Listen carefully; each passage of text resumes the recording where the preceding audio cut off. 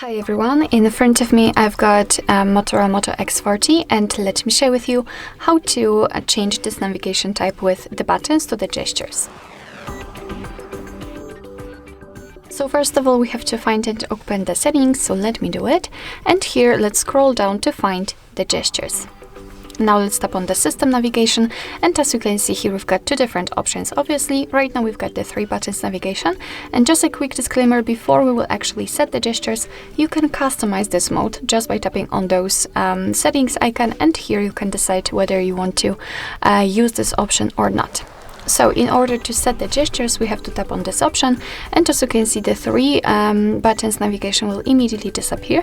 Instead we've got this line which will be responsible for particular gestures. Here you've got the animation of how it works. What is more, we can enter the settings and here we can customize it, so you can decide if you want to turn on or off the digital assistant. Here you've got the back sensitivity, and I highly recommend to come back to this option after using the gestures for a while, like for a week or something like that, because then you will be able to decide whether you need the higher back sensitivity or lower. Here we've got also the navigation bar, so this line. I prefer to have it hidden, so let me pick this option. And right now I can show you how to use the gestures. So in order to get back to the previous page, all we have to do is to swipe from the side to the center until we will see the the arrow, and after releasing the finger we will go back, and the same situation from the right side.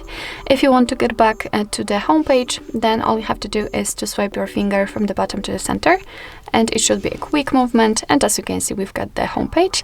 And in order to open the recents we have to do the same motion, but this time hold your finger on the screen just like that, and after releasing you can see that here we've got previously opened apps. Alright, so basically that's all. This is how to set the gestures in your Motorola Moto X40. Thank you so much for watching. I hope that this video was helpful, and if it was, please hit the subscribe button and leave the thumbs up.